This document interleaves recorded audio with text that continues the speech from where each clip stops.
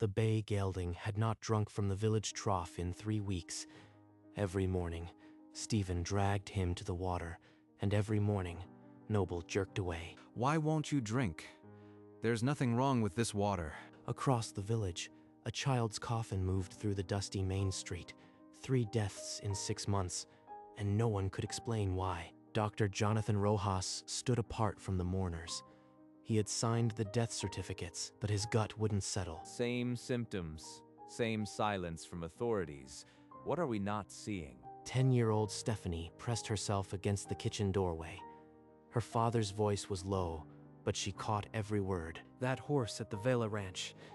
He won't touch the village water. Walks 2 miles every day to drink from the old well at Casa Vieja. Why would a horse go that far for water? Unless it knows something we don't. That night, she found an old glass jar under the sink. At dawn, she would follow Noble and see what he knew. She slipped the jar into her pocket.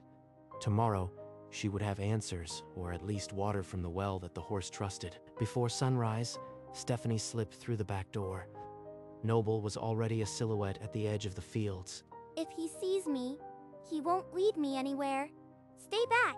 The gelding walked with purpose, taking a narrow path through dry cornfields toward the abandoned estate. 2 miles later, the ruins of Casa Vieja appeared, crumbling adobe walls, and a single stone well catching the first light. Noble approached the well without hesitation and lowered his head. The water caught the dawn light and sparkled like crystal. He drinks so calmly here. What makes this well different from every trough in town? When he stepped away to graze, she crept forward, her bare feet silent on the cracked stone rim. She dipped the jar into the water. It was so clear that the jar seemed empty for a moment. It's nothing like the brown water from the tap. This looks like melted glass. She sealed the jar and tucked it into her dress.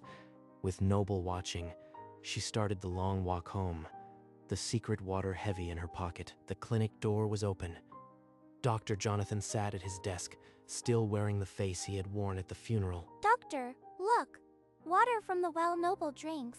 It's so clear. Do you think it's special? Water is water, Stephanie.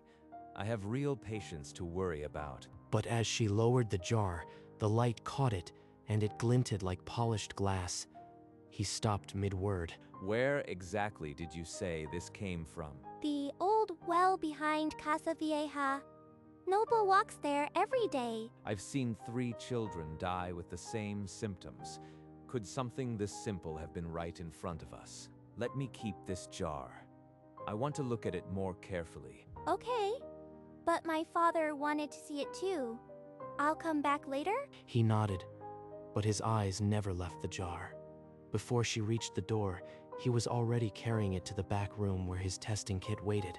In the cramped back room, Jonathan set 2 beakers side by side, one from the girl's jar, one from the village main. The well water looks like it came from a mountain spring. The tap water looks like old tea. He added a reagent. The well water stayed clear. The village water turned a slow, dirty yellow. Contamination. I saw this color in my training, but I never thought I'd see it in my own village. He repeated the test 3 times, then stared at the results until the lamp flickered and the room felt smaller. 3 funerals this year. I treated every case before the end. Why did I never think to test the water? It's Jonathan. I need a rush panel on a water sample. Arsenic, heavy metals, everything you can do. The voice on the other end paused, then asked how quickly he needed the results. Yesterday. I'll courier a sample now. And please don't mention this to anyone yet. He sealed a new vial of the sparkling well water and placed it beside the murky tap sample. Either one could hold the truth that had eluded him for months. The next morning, Stephanie slipped into the clinic before the sun was high. Dr. Jonathan's eyes were red, and the wastebasket was full of empty test vials. You kept the jar all night. Is something wrong with the water? Wrong number. It's just look, Stephanie. It's not safe for you to be involved. Go home. Before she could protest, a cry came from the street. A woman collapsed near the well, her body shaking. Jonathan ran toward her, dropping to his knees. He knew the tremors instantly. He'd seen them before, in 3 other patients. There's no reason to panic. It's just the heat. Everyone stay calm and drink water. Heat stroke. She says that every time, and nobody questions it. But I saw the color in that test tube. He didn't sleep again that night. Instead, he sat in the dark kitchen, and when his wife touched his shoulder, he finally spoke. The water from the main well. I think it's poisoning us. Arsenic, maybe. I sent a sample to the city. Stephanie ran toward Casa Vieja with the setting sun at her back. She didn't understand why the doctor had turned cold, but Noble hadn't. The horse knew something. That same night, while the village slept, Jonathan moved through the darkened streets, carrying empty vials and a black marker. At the first tap, he filled a vial, capped it tightly, and wrote a number on the side. He repeated this at every public faucet. 7 samples, 7 labels. By the time he reached the last one, his hands were shaking. If anyone sees these, I am finished. But if I don't prove it, more people will die. Back in the clinic, he placed the vials in a box and sealed it with tape. Then he dialed a number he hadn't called in years. It's me again. I am sending you more samples. I need a full analysis, discreetly, no names. The retired chemist on the other end paused, then agreed. 2 days later, an encrypted message arrived. Arsenic. Levels 300 times the safe limit. The well water is a death sentence. He printed every report, every photograph, and with a trembling hand, wrote an anonymous letter to the Federal Water Authority. He dropped the thick envelope into the rural mailbox before dawn, then stood alone in the gray light, waiting for the world to notice. 3 days later, as dusk fell, an unmarked government SUV rolled into the village, its engine quiet. Carlos Fuentes stepped out, young, sharp-eyed, and carrying a thin briefcase that looked heavier than it was. You came alone. That's either very brave or very foolish. I've been tracking something like this upstream for 6 months. Your letter was the break we needed. He spread maps and lab reports across the examination table, satellite images of green fields and dark pipelines. The agricultural conglomerate's fields bled pesticides straight into the aquifer. Every irrigation ditch a poison vein. They've been siphoning untreated runoff for years. Arsenic, nitrates, everything seeps down into your wells. The old well at Casa Vieja is deeper, an older aquifer they haven't reached. That's what Noble tasted. If we go public too soon, they'll burn the evidence. How do we make this stick? I'll hand-deliver a sealed report to the federal court tomorrow. Until then, not a word to anyone. When Stephanie crept back into the kitchen, her father was slumped over the table, his knuckles white around a glass of brown tap water. Papa, you are sick, like the woman who collapsed. It's just the heat, but the water tastes like rust now. I can't keep it down. It's not the heat, it's the water. I have to go back to the well. She ran the 2 miles to Casa Vieja, filled her jar and 2 old bottles, then staggered home under the weight. She poured the clear water into his cup. He drank it, then sat up straighter. The gray in his face began to fade. What is that? It's washing the sickness out of me. He's better. But what about Senora Perez and her baby?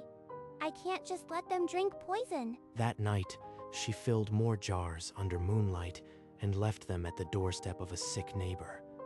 No note, just water. I know what you are doing, Stephanie. There are men watching the roads. If they trace the jars back to you, they won't just threaten. They'll destroy everything. A black sedan rolled into the main square just after noon. Licenciado Vargas stepped out, his suit too clean for a dusty village. He walked straight into the mayor's office without knocking, leaving the door ajar so the clerk outside could feel the weight. Mayor Santos, my clients want to show their appreciation for the village's cooperation. A donation for the school, perhaps. No strings attached. I don't take money without knowing what it buys. People are sick, Mr. Vargas. Heat exhaustion. I heard no one is sick from the water, but if rumors spread, investors could pull out, Your town's future hangs on a few calm voices. Across the village, Dr. Jonathan looked up from his clinic window and saw the same black sedan idling outside his house. Two men in suits cornered Arturo near his own gate. One held out a business card and a thick envelope. The company needs local drivers, Mr. Martinez. Good pay, steady, and it comes with health insurance if you keep family health matters private. Stephanie's been bringing that clear water. If I take this, I am buying her silence and my own shame, but if I say no... His hand closed over the envelope. Across the plaza, Stephanie stood frozen, a jar of clear water clutched to her chest, watching her father fold. That evening, in the dim council chamber, Jonathan stood beside the investigator, a folder thick enough to stop a bullet. Every source shows the same signature. A banned pesticide leaching from the canals into your main aquifer. If the water is so dangerous, why aren't more people sick? I've been drinking from the same well my whole life. They are sick, Mayor. 3 dead children, 17 cases of neuropathy, and I've treated symptoms I can no longer call heat stroke. The mayor's fingers touched Vargas's envelope under her notepad. She didn't pull it out, but she didn't pull it out, but she didn't push it away. I need 48 hours to think. If we accuse a major employer without ironclad proof, they'll destroy this village by morning. Through the window, Jonathan saw Vargas leaning against his car, arms folded, as if he could hear the mayor's hesitation. You took their money. I saw you by the gate. The same men who made everyone sick. I did it for you. They threatened to take everything. I had no choice. She dropped the jar. Clean water splashed on the dirt as she ran out the door, toward the only one who had never lied to her. The council chamber fell silent. The mayor's hand slipped the envelope into her drawer, and she called for a vote. 48 hours of silence. You are trading their lives for a donation. Every hour you wait, another glass of poison gets poured. He shoved his chair back with a crack that echoed off the stone walls, then walked out without another word. I am taking these files to the federal court. This isn't a request anymore. It's an order waiting to happen. Carlos followed Jonathan out. Meanwhile, the path to Casa Vieja was a ribbon of moonlight and dust, and Stephanie stumbled to the well's edge, her chest hollow. A low, warm breath stirred the hair on her neck. Noble had stepped out of the darkness, his head bowed toward her. He knows. Even now, he knows I needed someone who wouldn't lie. She pressed her cheek against the velvet of his nose. The world had betrayed her, but the horse had kept the truth in his silence. Everyone else took money or made excuses. You just refused to drink the poison. She closed her eyes and let the silent moment become a promise. If no one else would fight, she would. She rose from the well's edge, the promise still wet on her cheek. Noble stood watch as she started back, her strides heavier with purpose. I need your help. The water in the village wells is poison. Only the old well is safe, and people are dying. By noon, she had borrowed a rickety donkey cart from the kindly fruit seller who never asked why. In his clinic, Dr. Jonathan typed a statement that would burn every bridge he had left. If I speak, Vargas will destroy my practice. If I stay silent, more children die. No more false choices. Tell the journalist I'll speak tomorrow, noon, outside the clinic. And bring a camera. The truth makes a better picture. 2 miles apart, a 10-year-old girl and a middle-aged doctor moved toward the same dangerous truth from opposite ends of the village. At the old well, she and her friend filled crate after crate, their arms straining, but the water sparkled like hope. He printed 10 copies of the test results and placed them in a folder. No more anonymous letters. By dawn, both were ready. A girl with a cart of clean water, a doctor with a folder of proof. Neither knew what the day would bring. At noon, Dr. Jonathan stepped outside his clinic. 3 microphones pointed at his chest, and beyond them, a crowd 300 strong. The water from our main wells contains arsenic at 300 times the safe limit. Our children didn't die of heat. They were poisoned. A woman's sob cut the silence. Then a wave of shouting. Some ran toward the old well. Others reached for anything they could throw. He's a discredited village doctor with a grudge. There's no contamination, just a man who wants to bury our farms. But the villagers didn't move.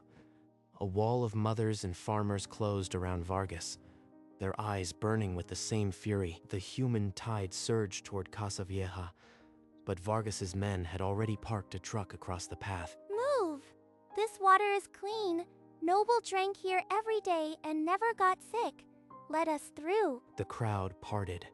Stephanie, dusty and small, pointed at the horse beside her. Noble, who had followed the cart like a guardian. Open the gate. Let the people have water. If the evidence is what they say, I'll answer to anyone, but not by blocking children at a well. The gate swung open. Water gushed into 100 jars, but Vargas's glare promised this was only a pause, not a pardon. The next morning, Vargas returned with a legal order crumpled in his fist and a dozen private security men at his back. This is private property. The gate stays shut. You are taking water you have no right to. A mother stepped out of the crowd with a rusted chain and wound it around the stone base of the well. Then she locked it around her own waist. An elderly farmer locked his own wrist to the iron ring of the gate and stared at Vargas without blinking. Stephanie drove her donkey cart straight past the security line, jars clinking like bells, ignoring every shout. They can shut down every valve in the village, but they can't stop us from sharing what's clean. Vargas gestured to his foreman. By noon, the main valve was shut. Every village faucet ran dry. The mayor rushed from her office, but Vargas only pocketed his pen. "You should have taken the donation," he said. The only water left in the village came from beneath the stone lips of Casa Vieja, now guarded by a circle of sleeping bodies. The standoff stretched into darkness. The cart was empty, but the chain around the well had become a steel promise. 3 days into the standoff, Investigator Fuentes pushed through the council doors and laid a sealed folder on the mayor's desk. Federal emergency order. The Casa Vieja well is now the designated potable source for this village. Arsenic levels in the old mains are lethal. The envelope with Vargas's donation lay unopened in her drawer.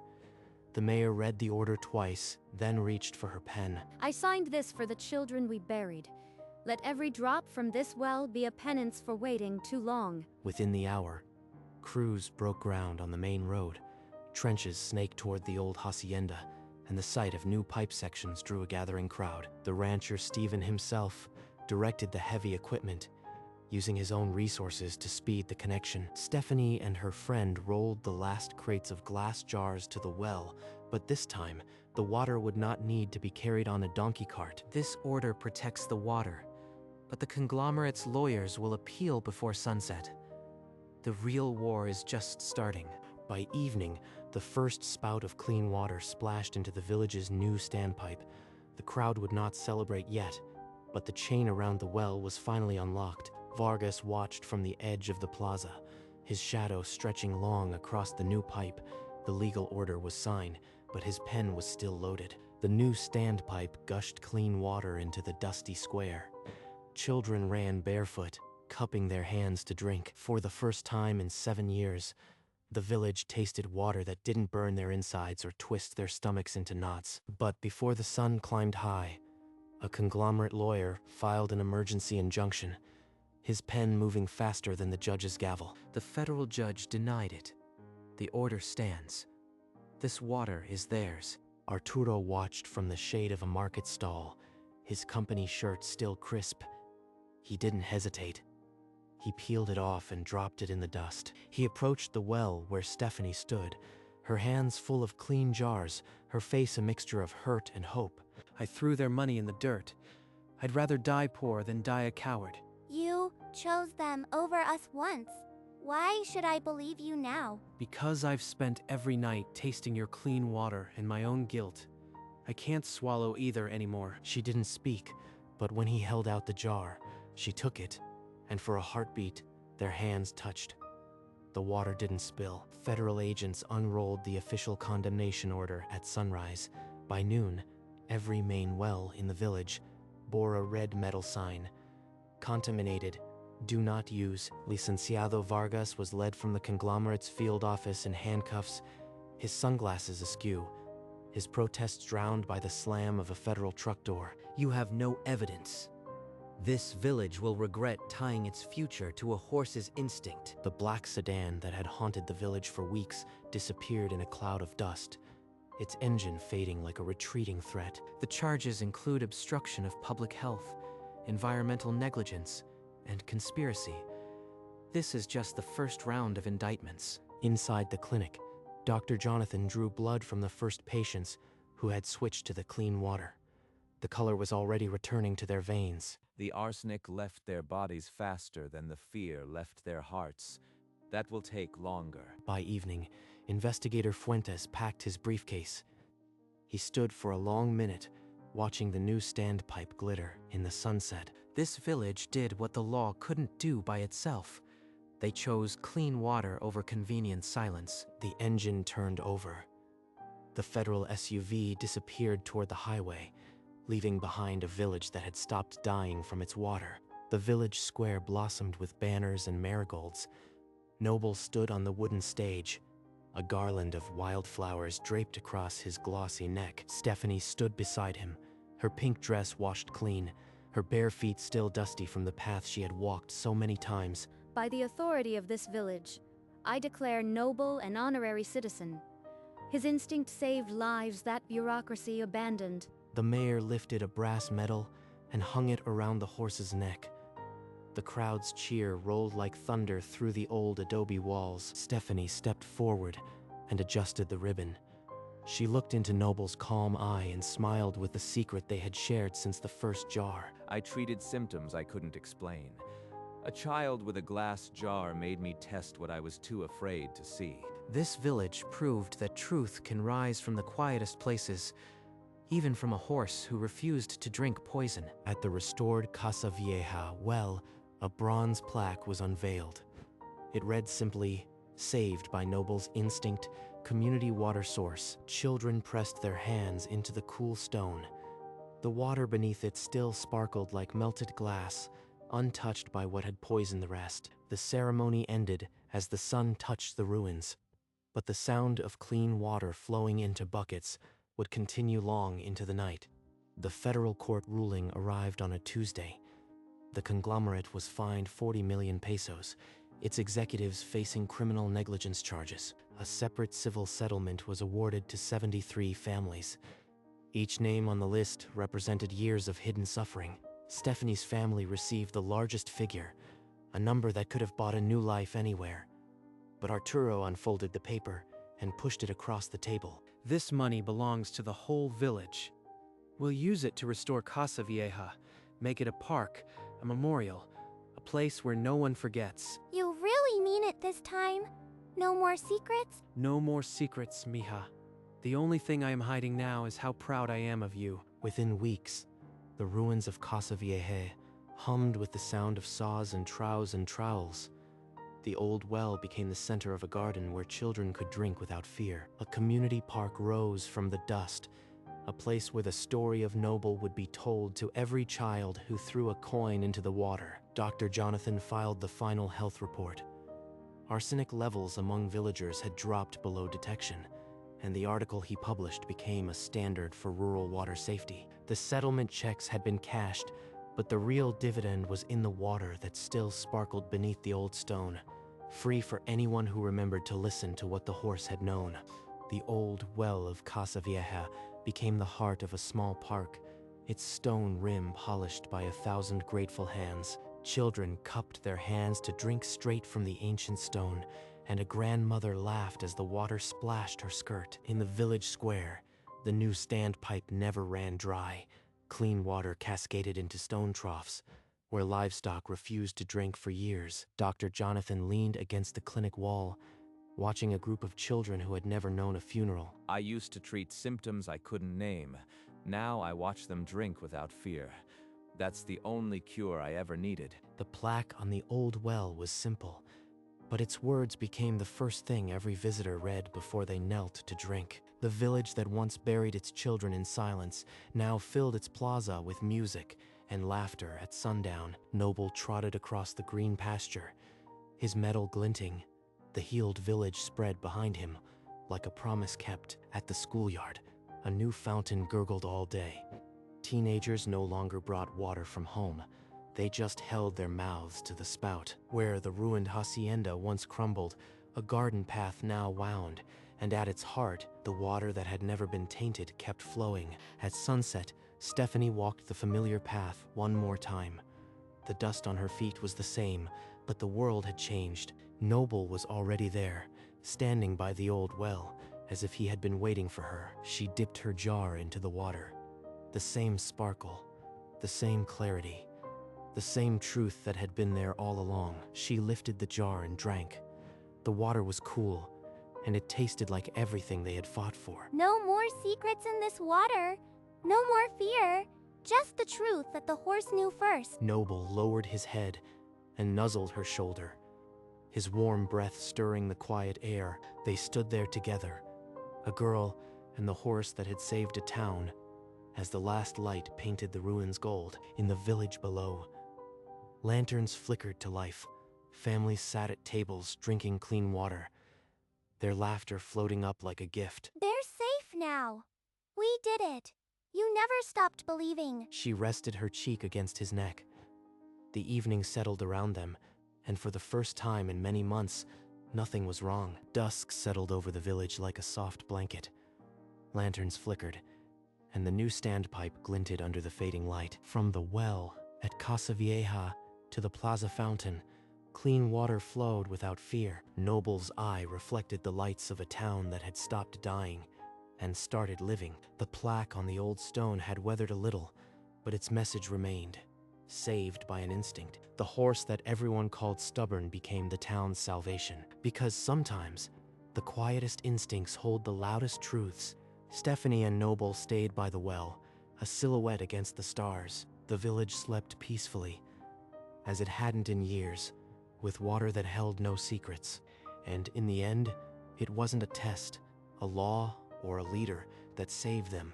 It was a horse who simply refused to drink the poison. The water still sparkled, and the world had learned to listen.